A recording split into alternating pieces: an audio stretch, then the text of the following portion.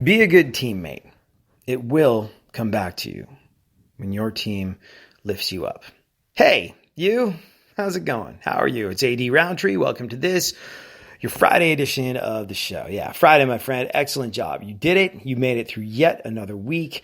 Your weekend is upon you, and you know what? You have earned this one because every single day you work so hard. You grind away to give the best that you can to the people that matter the most. And not only that, you do so much that helps keep our little part of the world turning. And I want to say thank you to you for everything that you do. If there's anything I can do for you, if you need something, if you need to talk, if there's anything I can do for you to make your weekend better, hit me up. I'm here with you. I'm here for you. At ADSXE is where you can find me on Instagram, Twitter, and Facebook at ADSXE. Put it in your phone now in case you need it later. So if you are like me, it's a magical weekend. It's not any old weekend. No, it's a special one because this is the weekend where Major League Baseball makes its triumphant return. And yeah, I know it might not necessarily be all that triumphant, but whatever the hell it was that happened, Major League Baseball and the Players Union managed to put enough of their differences behind them to get onto the field and start spring training baseball. And for that, we are thankful. Oh, and by the way, every owner besides the guy that owns my beloved New York Mets, Steve Cohen, go stand in the corner and think about what you did. You know what you did. And I'll leave it at that. But it's a magical thing. Just the idea of baseball being back lifts my heart, makes it sing. It's a good thing. If you listen to me in Houston, Texas, doubtlessly you are a Houston Astros fan. And I love the Astros. I really do. Mets have my heart. I'm a Mets fan that does not wash out. But I have a special place in that heart for the Houston Astros. And I know, the reputation of the past for people not listening from Houston is a checkered one. You might be questioning it. But here's the thing. When I moved to Houston many years ago, I related to the Astros for a couple different reasons. I was like, let's see what's going on in local baseball. I guess this would be my team now, the Houston Astros. What's all that about? Well, they, like my Mets, became a baseball team in the same year. They also wear a lot of orange and, well, like my Mets, they suck. It's true. I moved to Houston, turned on the local news and said, what's happening in sports? And saw the sportscasters say, and tonight in baseball, the Astros find a new way to lose. And I was like, I'm ashamed to say it, but I relate to that. And so, man, Astros games are the absolute best. Go to one. Now, if you're a fan of a team that happened to be the sworn enemy of the Astros, which was a lot of them in more recent history, you might have a hard time getting behind this and enjoying it, but there is nothing like an Astros game. There is nothing like an Astros game back in the day when I first started going because, well, they sucked, like I said. And not just sucked. But fans didn't care. They loved them through thick and thin. These were not fair weather fans. These were fans that were happy for the game of baseball and happy that they had a major league team in their town. And I related to that as a Mets fan. I really did. I became a Mets fan. Well, a lot of people call me a bandwagon jumper because I became a Mets fan when they won the World Series, when I was a wee strip of a lad in 1986. Now, here's the thing. I grew up in England, and my family's from New York. My father actually was a very, very big Yankees fan. And, well, I didn't really know a whole hell of a lot about baseball at the time. Like I said, I was a little kid. I loved going to baseball games, but I didn't have a sworn allegiance to any particular team. My family moved around a lot before we landed in England. And that didn't give me a time to build up a whole lot of local pride. But like I said, my family was from New York, and I became a fan of the New York Mets during what was arguably the greatest World Series in history. Now, if you would have asked people several years ago, the greatest World Series, 99% of them would say, 1986. If you haven't seen it, watch the documentary Once Upon a Time in Queens. I don't care if you're a Mets fan. I don't care if you're a baseball fan. You cannot help but be wrapped up in it. It is an unbelievably brilliant story. And what people don't understand is it wasn't just the 86 Mets. It was almost like a trilogy. It was Star Wars, Empire Strikes Back, and Return of the Jedi. It was 84, 85, 86. It was an unbelievably special time in Mets history, in baseball history, in the history of America and indeed the world. And the Mets encapsulated every moment of it. And it was a special thing. When the Cubs finally won a World Series, that had a fair amount of drama as well. But up until then, unquestionably, 86 was the greatest World Series of all time. So said many people, baseball experts, if you just asked them. And my father, I think, had a sense that it was turning into something special, because I'll never forget, I'm this little kid, and he's like, hey, you should stay up. Well, it's late. I know, but watch this. Watch the World Series. It's the New York Mets. And I was thrilled because I got to stay up late watching baseball with my dad.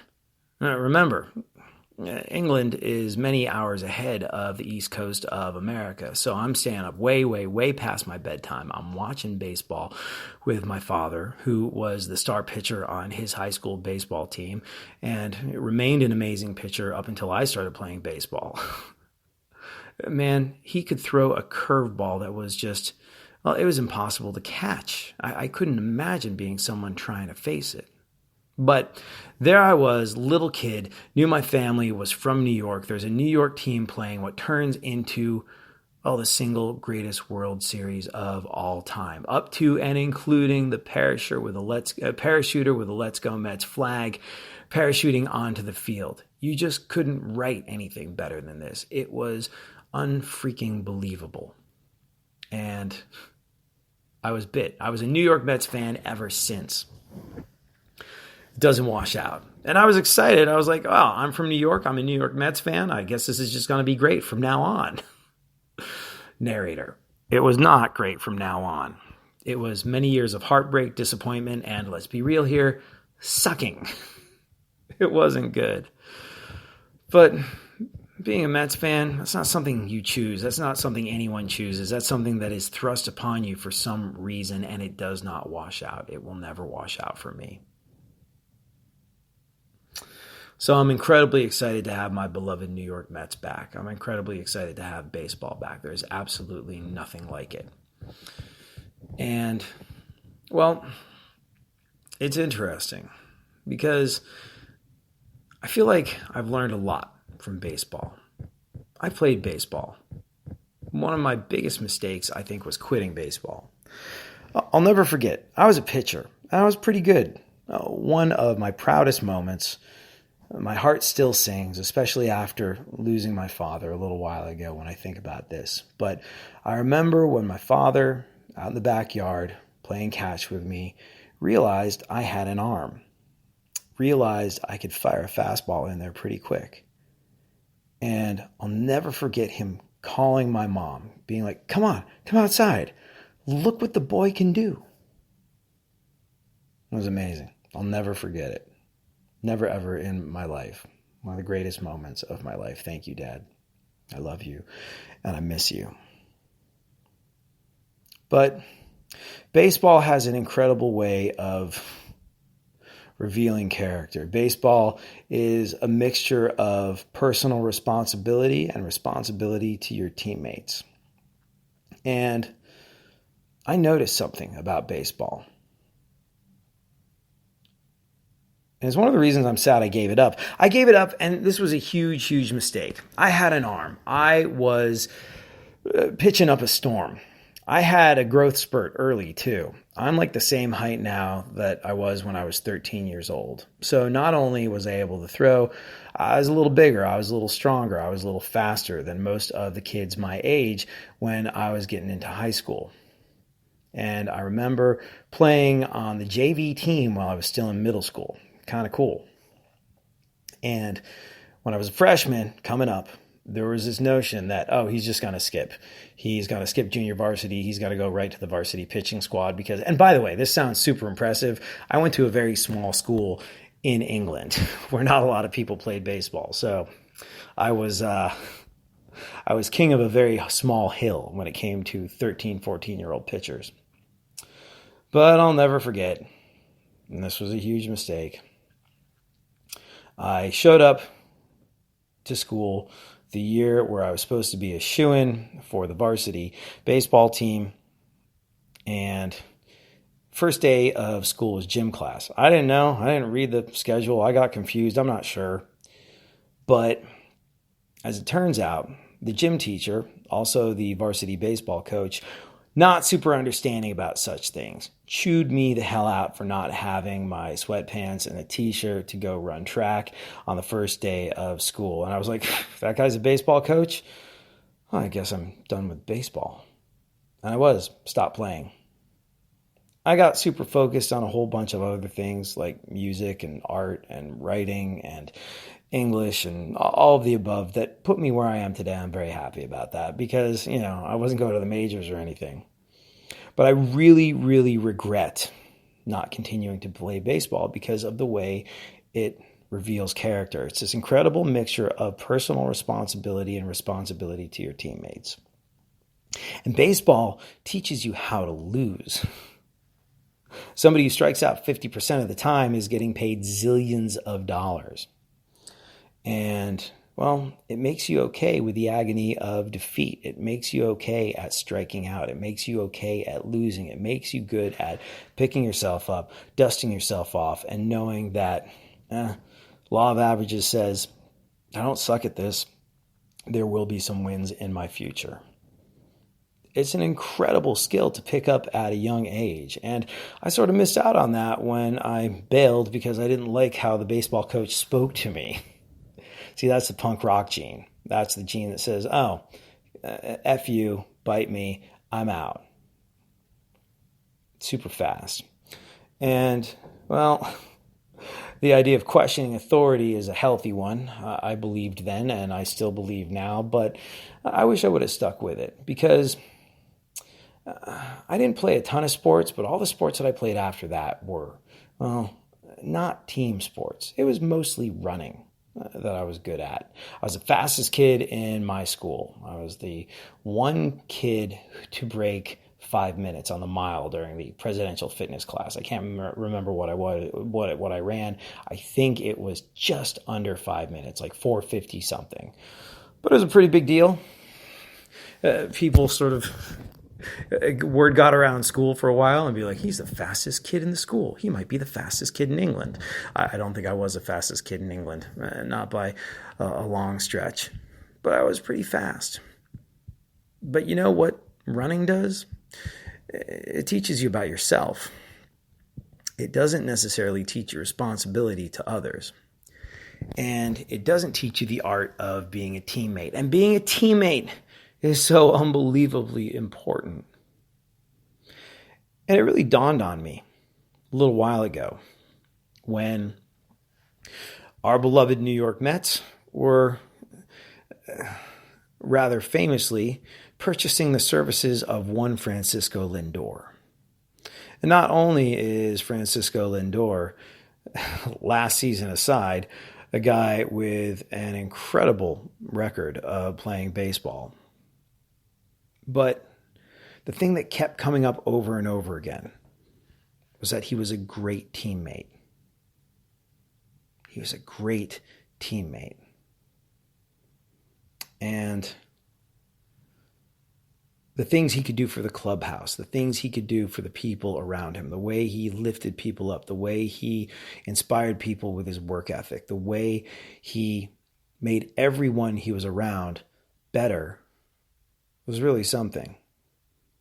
Other members of the New York Mets, before they started the season, went, gosh, this guy just walked off with the single richest contract in the history of shortstops. And he's here way before me, and he's here way after me. If he can do that, then I can too. And obviously, he had that little dust up with Jeff McNeil, if you're a Mets fan. If you're a fan of baseball, the Rat Raccoon fiasco will live forever in infamy. But I noticed something. I noticed something that I always kind of knew subconsciously. I follow baseball religiously. I watch 162 games a year, and I live tweet 162 games. I walk around with two phones, one so I can watch every baseball game and the other one so I can tweet about it. But here's the thing. As much as I would always think when we were thinking of acquiring the royal we, when my team was thinking of acquiring a player, or there was a rumor that they were going to acquire a player, I'd be like, oh, apparently they're good in the clubhouse.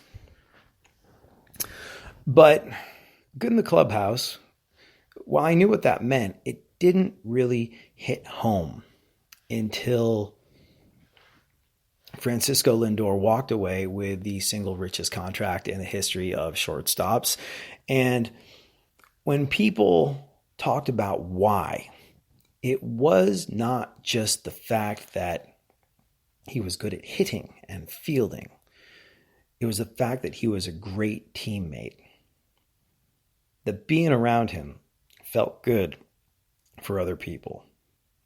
That he was a natural leader who led by example. All of these things, which I still believe he is. He obviously had an unbelievably difficult year last year. He slumped and was quite disappointing to a good number of Mets fans, myself included. But let's erase that from history, shall we, and go back to him snagging that enormous contract. It really hit home for me that this was a guy who increased his value to unheard of levels because not only was he was great to be around. He was good at picking the people around him up. And here's the thing. You don't learn that being a runner. And it took me a while to figure that out. Now look, I'm of the opinion, and I've been of the opinion for some time, if you have an opportunity to help someone, doesn't matter who they are, what relation they are to you, whether you know them, whether you don't, if you are able to help them, you should just go ahead and do it, because that is what makes the world go around. Be cool to other people. And those people won't necessarily be cool back to you. Those people won't necessarily come to your aid in your time of need. It's a weird thing where it really is its own reward. And it does, in some way, shape, or form, come back to you. Maybe not immediately, maybe not obviously, maybe not from the other person that you just helped. But it will. I think that you, me, all of us, we have a tendency, especially when we're younger, when we're entering the workforce, when we're trying to make our mark in the world, when we're trying to figure out who we are, when we're trying to figure out our place in the world, we have a tendency, you, me, all of us, to, focus on ourselves. How am I going to get in there and get after it? How am I going to get in there and prove myself? How am I going to get in there and shine? Whatever in there is to you. You want to make your mark. You want to find your place in the world. We all do. And sadly, it's often experience that leads us to realize that one of the best ways you can make your mark is by lifting the people up around you. And I remembered seeing Francisco Lindor get paid literally all of the money and putting together that, hey, this is a guy who got cha-ching change, who got paid like you wouldn't believe because of his ability to pick up his teammates, to be a good teammate. And I'm a big believer in that. I think you, me, every last one of us on the face of planet Earth, for the most part, we are on the same team. And it could be a friend, it could be a family member, it could be a coworker, it could be someone you see at the grocery store, it could be someone in the parking lot of that grocery store. But you are going to encounter people that, need in some way, shape, or form some kind of help, need to be lifted up, need to be inspired. Be on the lookout for those. Look for an opportunity to help. Look for an opportunity to pick people up. Look for an opportunity to be a good teammate. I didn't really fully feel the value of that until the last couple of years. I just decided helping people was a good thing to do and a good way to be. And it made me feel good. Apparently, there's a whole chemical thing. And we've talked about this on the podcast before. If you're feeling blue, great way to turn that frown upside down is to work on lifting somebody else up. And there is, like I said, a chemical thing to that. When you help someone, it releases certain chemicals in your brain. The dopamines, the oxytocins. People that know more about the science of this sort of thing can probably comment more intelligently. But I do know that when you help someone, it releases those feel-good chemicals in your brain. It releases those feel-good chemicals in the brain of the person you helped. And even more than that, if someone sees this happen, well, it's going to release those chemicals in their brain too. Why do you think so many people watch videos online of folks being awesome to each other, folks rescuing animals from difficult situations? Makes you feel good. Those chemicals are a real thing. And helping people and seeing other people help each other is a good thing. It's so easy to spread these good feelings among the people that you meet every single day, no matter who they are. Friends, family members, coworkers, total strangers. And it will come back to you. I was flattered a little while ago when my agent referred to me as the Jacob deGrom of rock radio. It's a cool thing to say. If you know anything about Jacob deGrom, you know he is perhaps the single greatest pitcher alive on the earth today. He is an otherworldly Koufaxian miracle on the mound. When things go right, there is literally no one on this planet that can hit him. There is no other pitcher that can compare to him. And so for my agent, who found me recently unemployed, to be telling people that I'm the Jacob deGrom of rock radio and they should give me a job, that would be nice, is a super cool thing, and I really appreciate it. And I've definitely got a ratings history that supports that. And it's cool. As a Mets fan, as a fan of baseball, as a huge fan of Jacob deGrom, I appreciate that. But I was reminded again, as I started to have some conversations with people that might potentially employ me, the importance of being a good teammate. Because, well, I guess they were interested in the fact that from a radio perspective, I can strike out a lot of people in a row. I have a long, strong ratings history of wins and success behind me. But you know what's interesting? As I've talked to people about potentially going to work for them recently, that's come up, sure. But one thing I'm really proud of that seems to have gotten around is that I'm a good teammate. I'm good to work with. I'm good at picking other people up. I'm good at supporting the folks that I work for and work with. And I'm good at supporting the things that my coworkers do. And it was interesting because it was brought up to me a couple times. Hey, we hear that you're really great to be around because, well, you're always sort of positively reinforcing the good things that other people do. You're supportive of the people you work with. You appear to be a great teammate. And it was interesting. I never really thought of that. I never really put it all together. I knew that folks like Pete Alonso and folks like Francisco Lindor, well, had success not only because of their talent, skill, and ability to hit and field well, but also because well, they were known as being good teammates. And I saw that translate into wins in many areas of their life for them, most notably financially. I saw that. I thought that's great. That's how it works in baseball. That's how it works in life. Being a good teammate.